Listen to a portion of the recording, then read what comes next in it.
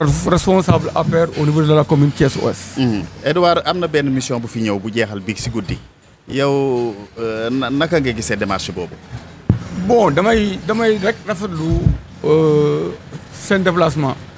di wax président moom lu mu ñu yónnee rek dañ ko koy xoolee moom parce que c'est une mission du président de la République bu ñëw pour waxtaan ak militants yi responsables yi recueillir seen avis mais dama jàpp ni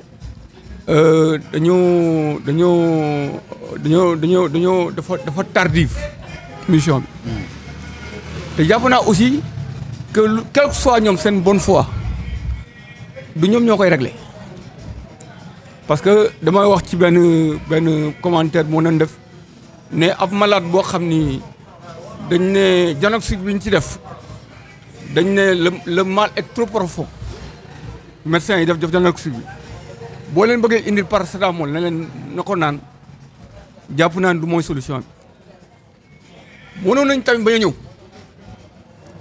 parce que li indi lii mooy ñàkk waxtaan donc ñoom ñu ñëwoon avant bi ñu nee ñu wax ay retrouvailles dafa am Idrissa Seck ak Macky Sall bi ñu ko waxee boobu la ñu waroon xalaat ni élection bi gën a jege si élection locale la. te ñaari parti politique yooyu ñoo doon jàkkaarloo di xëccoo. kon waxtaan wi dañ koy yeexee daal. donc dañ koy yéex a def.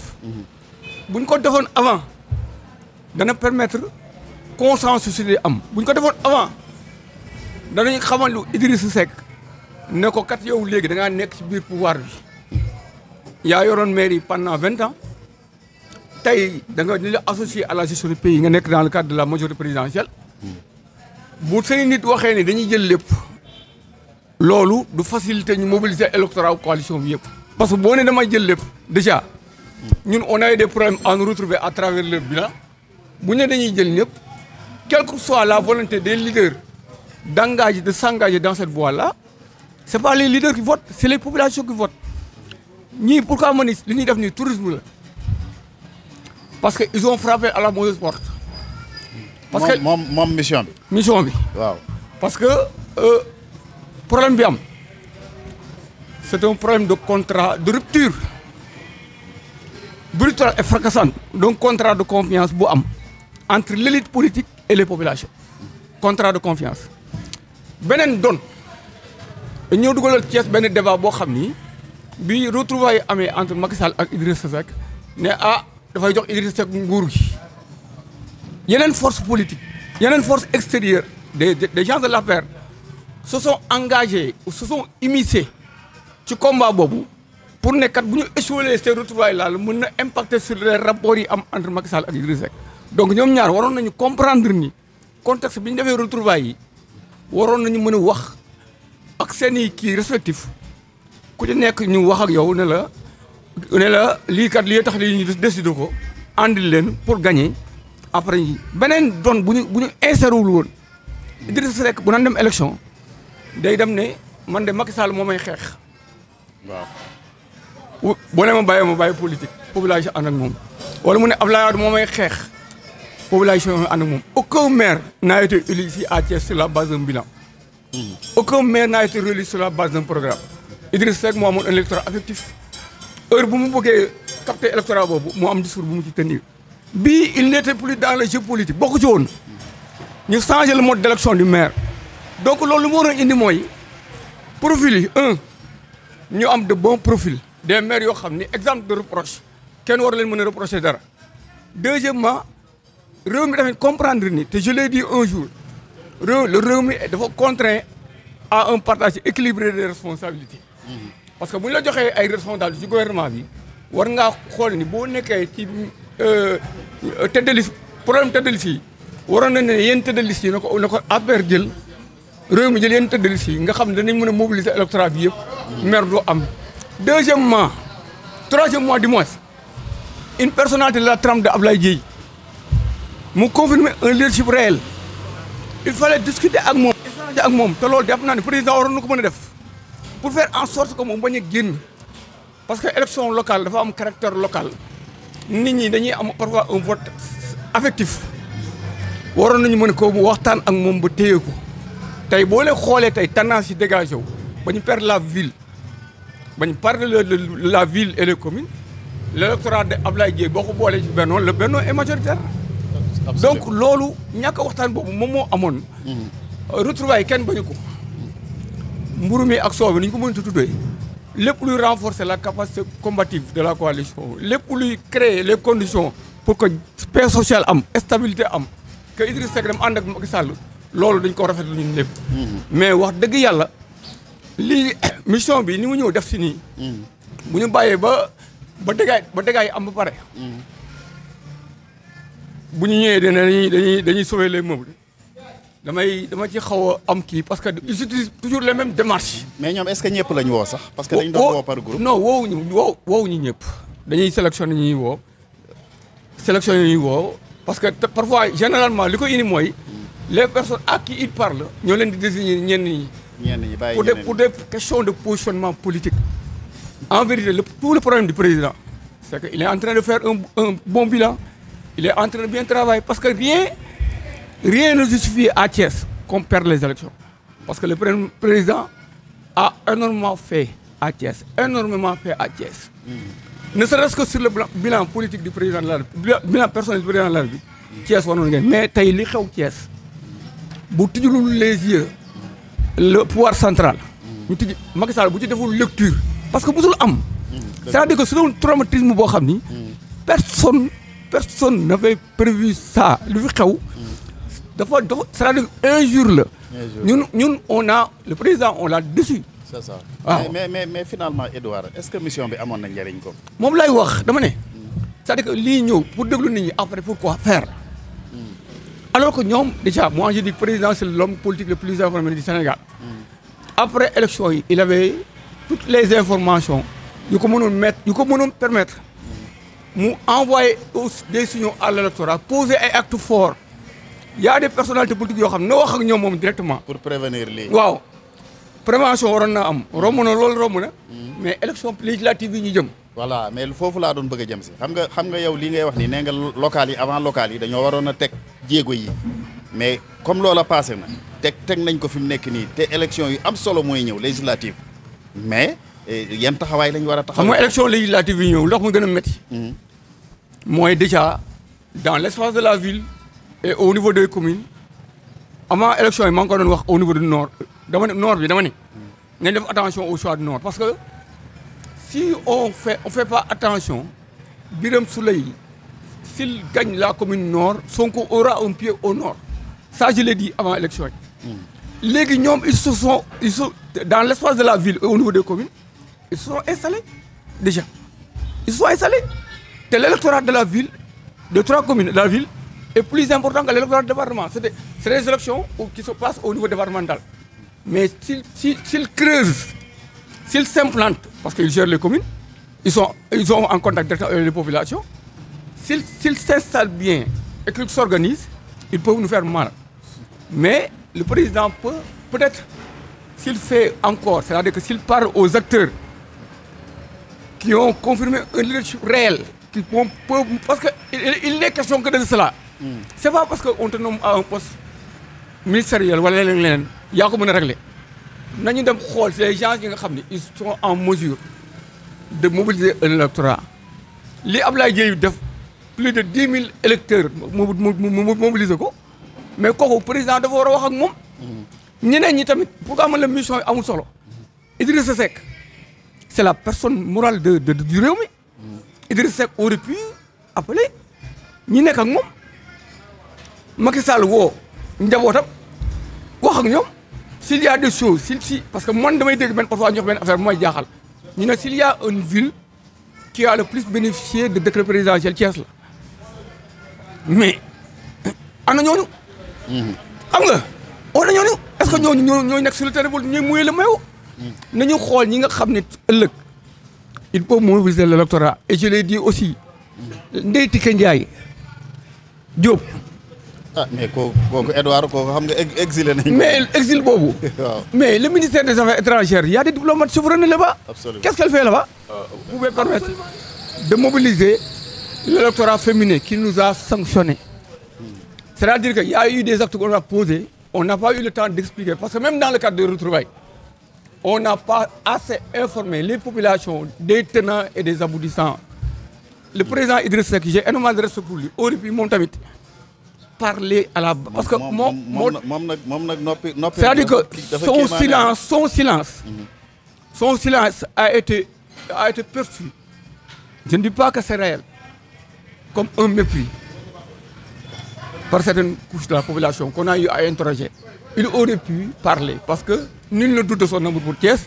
C'est une personnalité politique très respectable. Mais pour des élections qui sont déroulées dans un contexte particulier. Même local, il y a un message. Il fallait au moins, même un message vocal, il faut une communication en direction des populations. Parce que son souhait, c'est de travailler à ce que Thiès soit abonné aux chiffres dans tous les domaines. Dans tous les domaines, il aurait pu, en fonction de l'enjeu. Parce que si on a dafa am ay personnalité politique taxaw ne d'accorduñ ci ay nekk ay acteurs politiques nekk Thiès comme au niveau national danañ ko yàq ba loolu amee moom waroon na mën a jël ay responsabilités ne kat président de la république comme dama ànd ak moom ñu ne bu ñu àndee dañuy gën a néew doole naa def en sorte que loolu résultat yi élection yi bañ koo prouver donc loolu tamit dama jàpp ni lu ci xaw a suux la. Edouard temps bi xaw nañu njëtt ñu ñëwaat rek ci législative yi di ñëw nga dellu siwaat bamtuwaat nga ko léegi nga bamtuwaat ko président pour yow naka la war a mën a def pour problème mu Thiès bi réglé wu. ni mu koy def mooy mbir mi moom la. élection locale yi dafa am connotation locale. certes dafay impacter sur yenn résultats yi kenn du ko négliger même s'il y a un caractère local c'est des élections politiques mais mu xam ne Thiès c'est un enjeu particulier et stratégique. Pourquoi? Parce que toutes les alternances démocratiques Thiès lañu jóge war ko caaxaane bii lii li ñëw na ko téel loxo boppam yaa ngi dégg parce que ñun dañoo nekk formation boo xam ni mosuñu den ci ay élection ba évaluer ko on n'évalue pas bi retrouvailles amee ñi fi nekk ñu pour la plupart ils sont là que parce que le président fait une visite à Thiès pour la plupart doo leen gis ci terrain politique lu président. Deuxièmement pourquoi ma ne la problème de contrat de confiance là mais les élites l'élite mais waxuma sax les populations même ñi nga xam ni sonn nañ ci APR yàgg ci ñu ci bëri jàppale wuñu leen ils sont laissés à eux-mêmes lan moo justifié ñenn ñi demoon ci liste Ablaye Dièye yenn responsable APR dem ci liste Ablaye Dièye parce qu'ils sont délaissés. am na gars yu ne sax liste Benno Bokk Yaakaar bi li ko tax a perte dëgg ci biir Benno Bokk Yaakaar. non c'est le Benno xam nga les gens n'ont pas été sincères. xam nga comme au judo l'opposition a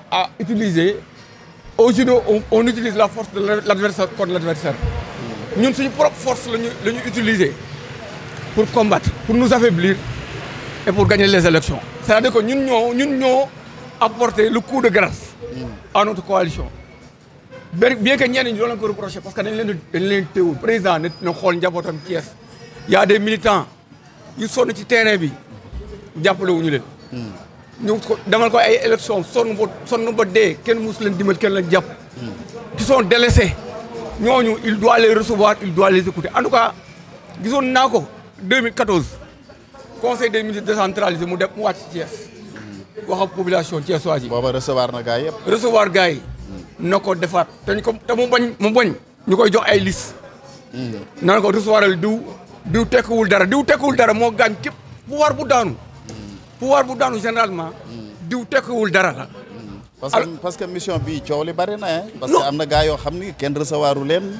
non moom laa lay wax dama ne moom ñi ma waroon déglu dëgg du yenn responsable yi parce que yenn responsable yi dañ leen rejeté population dañ leen rejeté c'est eux qu'on a sanctionné le président n'a pas été sanctionné le président n'a pas été sanctionné il a un bon bilan et ces élections ne le concernent pas directement mais ñi sanctionné ñi nga xam ne ñoo indi coow li ñooñu boo leen wooyee tu ne peux pas avoir la bonne information parce que c'est eux qui ont été rejetés problème de contrat de confiance la ñi leen rejeté mais dama ci ñooñu y a des gens qui ont rejeté ces gens-là qui les ont sanctionnés dama ne man li am Thiès ren c'est-à-dire que c'est inédit bu mu amee le lendemain ñenn ñi waroon nañu sax am gàcce ñoom di jàkkaarloo président de la République parce que dañu ñoo saaga parce que tey dañoo waroon def en sorte que sécuriser parmi les villes yoo xam ne dañoo war a sécuriser électoralement et politiquement Thiès da cee bokk tout comme ni la wax sànq alternance yëpp Thiès lay jógee dañoo écarté leneen dama ko wax sànq dama ne la bi recomposition bi amee redistribution des cartes dama ne mais Talla Sylla on lui a reproché son soutien à l'endroit du président de la République loolu lañ ko reproché les gens ont vite fait de l'amener à la guillotine il fallait pas faire ça président moo waroon retrouvailles amee mu woo ñun ñëpp toog mun leen dama bëgg ànd ak Idrissa Seck dama bëgg yéen ngeen ànd bu fekkee mën ngeen jàppale mu boole njaboot yëpp. su ko defoon de néew ma ñëpp dinañ ñëw de mais ñu bari. ñàkk réaction population président. ak ñàkk implication Idrissa ci élection yi. peut-être que xam naa ni jàppoon na ni sans mu ñëw danañ gagné du ma ne bëggul woon ñu gagné Idrissa Seck. mais ñàkk a ñëwam ak ñàkk a waxam ne serait-ce que mu def benn message vocal ne Thiessois yi fa ma leen tegoon ba léegi laa leen teg. Macky Sall ma àndal mii damaa bëgg parce que Macky Sall dafa disposé pour liggéey Sénégal pour liggéey Thiès damaa bëgg Thiessois yi wootal ko bu boobaa Thiessois yi wootal ko mais boo ko deful dañ naan Idrissa yoon daanaan yoonam nekku ci. Edouard looy tàggoo. di tàggoo rek di wax di ni rek comme au début. du ma ne mission bi du mission parce que président moom lu mu lay indi rek da ngay d'accord ni moom ci turam la ñuy waxee mais jàpp naa ne tourisme la gën a nekk te dafa gën a yokkaat dafa gën a ajouté waat à la confusion des missions boo xam ne tamit mën na indi waat yeneen frustration mbir mi kenn dong benn nit moo ko mën a lijjanti mooy président Macky Sall kenn moom moo war ne lii ci problème Thiès sama problème personnel lay doon teel ko boppam xool là où ça a rencontré certains acteurs ñi ma lay wax nii ay ñoom Abdoulaye Yib dana war a rencontrer moi je dis aujourd'hui et je le dis très honnêtement l'expérience cumulée du PCA Siré Dia l'expérience cumulée du PCA Siré Dia ak la jeunesse de Abdoulaye Dièye ak le retour Ndeye Tické Ndiaye ñu boole ci que le réew mi soit soudé autour de l'essentiel parce que tamit bu ñu fàtte que le réew mi certains choix dafa créer ay frustration ñu bari ci Abdoulaye Dièye lañ ñu dem ci Abdoulaye Dièye mu toj donc bu ñu créer condition à ce que les gens reviennent et ñu expliquer leen aussi l'enjeu yi ñu jëm élection législative yi je crois que si le président renforce certaines forces politiques de Thiès qui ont confirmé un leadership recevoir leen gën leen jox doole je crois que bu ñu demee élection yi danañu am ndam te ndam boobu moo gën ci président de la République parce que si par extraordinaire loolu amaat que le président soit mis en minorité à l'Assemblée que Thiès tamit ñu perdre ko je crois que législative yi l'opposition n'aura pas de difficulté à prendre le pouvoir les présidentielles. Merci Edouard. maa ngi lay di gërëm ci loolu di terminer tamit mbay boo mu mayee